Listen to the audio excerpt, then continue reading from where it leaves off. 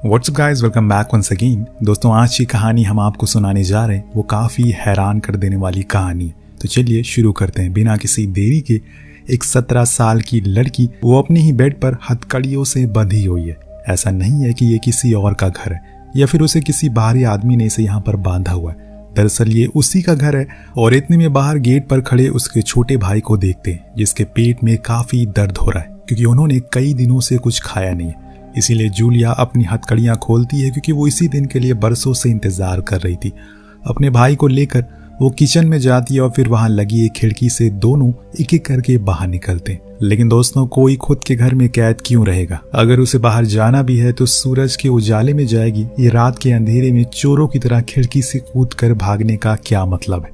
ये सब जानने के लिए हमें चलना होगा आज से 20 साल पहले, जहां से ये सब शुरू हुआ था। हम लॉरा नाम की लड़की को देखते हैं जो गुमसुम उदास मन के साथ कहीं जा रही थी। उसके शरीर पर काफी घाव थे, जैसे उसके साथ बहुत ही दुर्व्यवहार किया हो। इतने में लॉरा को वहीं एक ताई नाम का आदमी दिखता है जो लोगों को काफी अच्छी और अजीब बातें बता रहा था, जो उसने सब कुछ बाइबल से पढ़ी थी। ऐसा लग रहा था कि वो मानो खुद का ही एक कल्ट बनाने की कोशिश में हो, क्योंकि उसकी बातें कुछ ज्यादा ही कड़वी थी।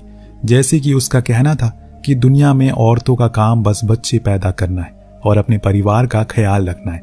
लेकिन वो इन बातों को इस तरीके से बयान करता है कि लॉरा को उसकी बातें पसंद आने लगती है। तभी वहां एक आदमी आकर उसे अपने साथ लेकर चला जाता है, लेकिन वो उसका गलत इस्तेमाल करने की कोशिश करता है, पर ताई उसे बचा लेता है, जो देख लॉरा को उसके लिए और ज्यादा उसकी इज्जत बढ़ गई थी। आज पहली बार किसी ने उसकी मदद की, वरना सभी ने तो बस उसका फायदा ही उठाया है। यही सोच वो उसकी बातें को बड़ी ही गौर से सुनने लगी। धीरे धीरे करके उसकी सारी चीजों को बाहर निकालने लगा और जानने की वो कोशिश करने लग गया कि उसकी कमजोरी क्या है। तब उसे एहसास हुआ कि वो एकदम अकेली तन्हा है और नशे की आदत ने उसे उसके परिवार से दूर कर दिया।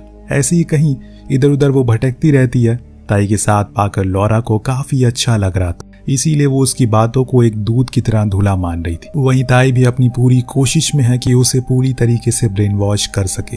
ये कहकर कि वो उसे शादी कर ले, वो लोग बच्चे करेंगे और इस दुनिया को स्वर्ग बना देंगे। लॉरा तुरंत मान जाती है। किसी भी अकेले आदमी के लिए इससे अच्छी बात क्या ही होगी। उसे एक हमसफर मिल रहा था, लेकिन यहाँ से लॉरा की जिंदगी नरक बनने वाली है। बस देखते रहिए आप। हम 6 साल बाद का दृश्य देखते। लॉरा के 4 बच्चे और 5वां होने वाला है। इसमें 2 लड़के और 2 लड़कियां हैं। सभी ने सफेद रंग के कपड़े पहने हुए जैसे किसी ग्रुप के लोग पहनते हैं। इन सभी का कंट्रोल ताई के हाथ में था। वो जो कुछ भी कहता है ये सब वही करते हैं, यानी कि एक तरह का कल्ट लीडर। वो यहाँ पर रहता है। लॉरा को भी कोई फैसला लेने का कोई अधिकार नहीं है। सब कुछ ताई के हाथों में ही है। वो इस कदर पागल हो चुका है कि अपनी इस दुनिया में किसी भी सदस्य को नहाने तक नहीं देता। उनकी आत्मा तो पहले से साफ है और नहाने की क्या जरूरत है। लेकिन स्कूल में जब ये भाई बहन जाते तो इन्हें बच्चे चिढ़ाते हैं। कोई भी इनके करीब नहीं जाता क्योंकि इनमें से स्मेल आ रही थी, इसीलिए तीनों ही अकेले रहते हैं। लेकिन एक दिन सोफिया नाम की लड़की इनके पास खुद आती है बात करने के लिए। वो ये देख हैरान थी कि तीनों की ही टिफिन में बहुत ही कम खाना है। तब रेन बताता है कि उनके डैड ने कहा है कि हमें हमेशा कम खाना खाना चाहिए, इससे हम साफ रहते हैं। ज्यादा खाना खाने से इंसान गंदा हो जाता है। उसकी ये बातें सुन सोफिया को बहुत ही अजीब लगता है, लेकिन है तो वो बच्ची, इसीलिए वो सभी आपस में खेलने लगते हैं। आज उन्हें पहली बार कोई दोस्त मिला था। वो लॉरा से जिद करते हैं कि वो उसे घर लेकर जाना चाहते हैं, लेकिन ये रूल्स के खिलाफ है। अगर ताई को पता लगा तो उन्हें बहुत डांटेगा। पर एक माँ अपने बच्चों की जिद के आगे हार जाती है। लेकिन जब सोफिया घर में घुसती है तो वहां के वसूलों को देखकर हैरान, जैसे कोई एक गिलास से ज्यादा पानी नहीं पी सकता, कोई ज्यादा देर बैठ नहीं सकता, कोई भी टीवी नहीं देख सकता। पर अंत में दोस्तों एक रूल ब्रेक हो जाता है। सोफिया ताई के रूम में जाकर टीवी को ऑन कर देती है, जिसके बारे में ताई को पता लग जाता है, जो चीज उसे हैवान बना देती है। वो एकदम आग बबूला हो जाता है। वो सभी से पूछता है कि उस लड़की को यहाँ पर कौन लाए, तो सभी ने कहा कि लॉरा ने। जो सुन ताई उसे रूम में ले जाकर उसके साथ ऐसी हरकत करता है जिससे उसे तकलीफ होती है। उसे हल्का सा भी तरस नहीं आता। वो अभी किस हाल में है। हालांकि उसका मानना है कि किसी भी गलती की सजा सिर्फ दर्द ही होती है। जितनी बड़ी गलती उतना ज्यादा दर्द। लेकिन ये सब यहीं खत्म नहीं हुआ। उसने लॉरा से कहा कि आज से कोई भी बच्चे स्कूल नहीं जाएंगे, क्योंकि बाहर जाकर उनकी आत्मा पॉल्यूटेड हो जाती है। बाहर के लोगों से अब सभी लोग को घर में रहना होगा। ये कहकर उसने उस घर को लॉक लगा दिया और चाबियां अपने पास रख ली। लौरा भी मजबूर थी, उसने वही किया जो ताई ने कहा। अपने बच्चों को स्कूल भेजना बंद कर दिया और बच्चों से झूठ कहा कि बाहर बहुत खतरा है, जब वो खुद की रक्षा करने के काबिल हो जाएंगे तब हम लोग उन्हें बाहर भेज देंगे, फिलहाल के लिए उन्हें अभी यहीं रहना होगा। दरअसल दोस्तों, ताई को ये सब चीजें बाइबल से मिल रही है। वो उसे रोज पढ़ता है लेकिन गलत तरीके से, जिसके कारण उसमें लिखी हुई चीजें उसे उल्टी लग रही है।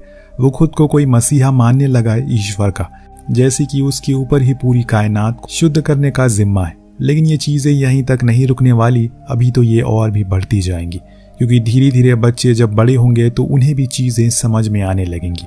उन्हें एहसास हो जाएगा इस बात का कि उनके साथ बीते सालों में क्या क्या किया गया। 8 साल का समय बीत चुका है। इस बीच कोई भी घर से बाहर नहीं गया सिवाय ताई के, और बाकी लोग यहीं इन 4 दीवारों में रह रहे। परिवार के कुछ लोगों ने तो इसी को अपनी जिंदगी मान लिया है, लेकिन कुछ ऐसे भी थे जो इन चीजों में खुश नहीं थे। इन रूल्स और रेगुलेशन से उन्हें तकलीफ होने लगी है, जिसमें थे रिवर और फ्रेडी। दोनों ही हमेशा ताई के खिलाफ थे, पर कभी आवाज नहीं उठाई, क्योंकि जो सजा उन्हें इसकी मिलेगी वो शायद बर्दाश्त के काबिल ना हो। सब कुछ वैसा ही था इस घर में। इन बीते 11 सालों में कुछ नहीं बदला, बस 2 और बच्चे जुड़ गए, जिनके नाम थे फॉरेस्ट और लूलिया।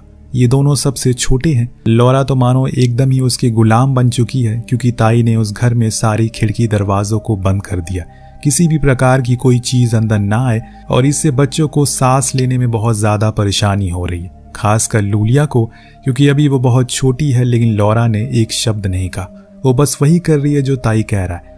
एक दिन फ्रेडी का सब्र का बांध टूट गया। उसने वहां की एक खिड़की को खोला, जिसमें मेडो और फॉरेस्ट ने भी उसका साथ दिया, और फिर बाद में उन्हें इसकी सजा मिली। तीनों को मारा गया, लेकिन फ्रेडी को एक रूम में बेड से बांधकर रूम को लॉक कर दिया गया। कई दिनों तक भूखा प्यासा वो वहीं बंद था। ये बच्चे देख रहे थे, जिसके कारण अब इनके अंदर का वो पेशेंस, वो सब्र खत्म हो रहा है। वो दिन दूर नहीं जब बगावत होगी। क्या ऐसा सच में कुछ होगा? वेल, हमें नहीं पता। एक दोपहर लूलिया को बहुत ही ज्यादा भूख लगी। वो बार बार फ्रिज को खोलने की कोशिश में लगी थी, लेकिन उसे ये समझ नहीं आ रहा है कि असल में उसके पिता ने फ्रिज को जंजीर से क्यों बांधा। अब वो तो छोटी बच्ची है, लेकिन रिवर को पता था कि ये काम उसके पिता का है। उनका मानना है कि ज्यादा खाना नहीं खाना चाहिए, इसीलिए उन्होंने ऐसा किया। वो अपनी बहन को ऐसे रोते हुए देख नहीं सका, इसीलिए उसने फॉरेस्ट के साथ मिलकर एक रात कुछ एप्पल को चुरा लिया। सभी को खाने को दे दिया सिवाय रेन के, क्योंकि वो अपने पिता के वसूलों पर चलने वाला एक लौता बच्चा था। लेकिन एक दिन इसके बारे में ताई को पता लग गया, पर उसे ये नहीं पता चला कि ये काम किसका है। इसीलिए उसने रेन और मेडो को बुलाकर उनसे सवाल किया, ये काम किसका है? क्योंकि ताई को उन दोनों पर ज्यादा भरोसा था, क्योंकि वो शुरू से ही उसके वसूलों पर चलते हैं। अब दोनों ही सजा के डर से बता देती हैं कि ये उनकी बड़ी बहन और फॉरेस्ट ने किया है, जिसकी सजा अब उन्हें मिलने वाली है, जो कोई बाप अपने बच्चों को कभी नहीं दे सकता। लेकिन ताई के सर पर तो शैतान सवार था। वो रिवर और फॉरेस्ट दोनों को रस्सी से बांध देता है और लौरा को ऑर्डर देता है कि इन्हें 7 दिनों तक कोई भी खाना ना दिया जाए। अगर वॉशरूम आए तो इनसे कहा कि यही कर लो। लौरा भी हाँ हाँ करती और फिर सभी उन्हें वहीं छोड़कर नीचे आ जाते। सिर्फ एक इंसान के चलते परिवार के 7 लोग इन मानसिक बीमारी का शिकार हो रहे। उधर रेन और मेडो को उनकी वफादारी का इनाम मिलता है, जो एक स्मार्टफोन था, जिसे ताई भी जब भी बाहर जाता है तब भी घर पर क्या हो रहा है इस बात की खबर लेता रहे। लेकिन एक स्मार्टफोन से क्या क्या हो सकता है, शायद वो इस बात से अनजान था। 4 दिन बाद हम देखते हैं कि फ्रेडी अपनी रस्सियों को खोलकर कमरे से बाहर आ जाता है और इन दोनों की भी रस्सियों को खोल देता है। लेकिन ताई ने उसे देख लिया, जिसके बाद उसकी सजा और तकलीफ दुगनी हो गई। इस बारी उसे लोहे की जंजीरों से बांध दिया गया, किसी जानवर की तरह। वहीं उन दोनों को और मजबूती से बांधा गया ताकि उन्हें और तकलीफ हो। इधर ये सब हो रहा था, लेकिन वहां मेडो उस इंटरनेट की दुनिया को एक्सप्लोर कर रही थी। उसे अलग अलग चीजों के बारे में पता लग रहा था जो उसने आज तक कभी नहीं देखी, ना ही सुनी। लेकिन एक दिन लौरा ने यह देख लिया, पर शुक्र है कि उसने किसी से शेयर नहीं किया। अब जब रिवर और फॉरेस्ट को रिहा कर दिया जाता है तो मेडो उस फोन के बारे में अपनी बड़ी बहन को बताती। दोनों में हर रात बातें होती है। इससे रिवर को पता लगता है कि सच में बाहर की दुनिया बहुत ही ज्यादा अलग है। वहां वो सब कुछ उसने कभी देखा नहीं था। उधर समय समय पर ताई लौरा को बार बार मारता पीटता रहता है, उसे हमेशा अकेला फील करवाता है और ये साबित करने की पूरी कोशिश करता है कि इस घर से बाहर उसकी कोई दुनिया नहीं है।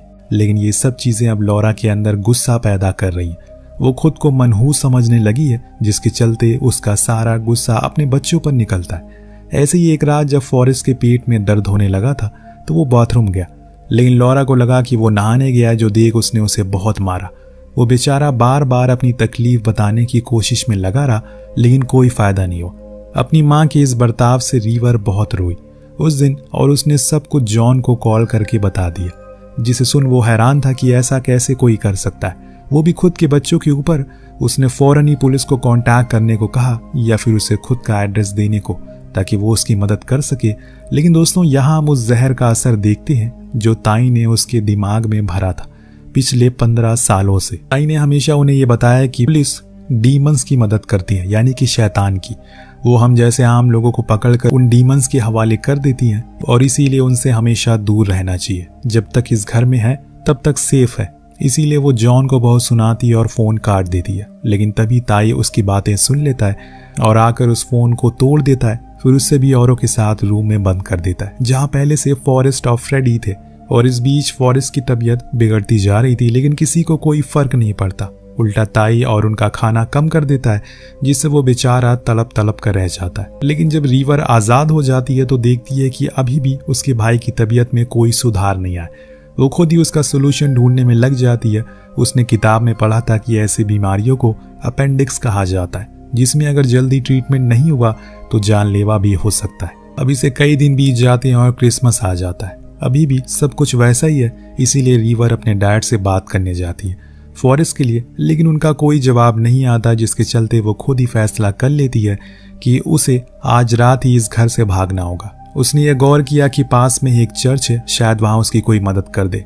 इसीलिए रात होने पर हम वही सीन को देखते हैं जो कहानी की शुरुआत में देखा था। दोनों ने किचन से बड़ी ही चालाकी से छलांग लगाई। आज पूरे 17 साल बाद इस घर से बाहर कदम रखती है। उसके पांव कांप रहे थे, लेकिन वो फिर भी अपने भाई के लिए भागे जा रही थी।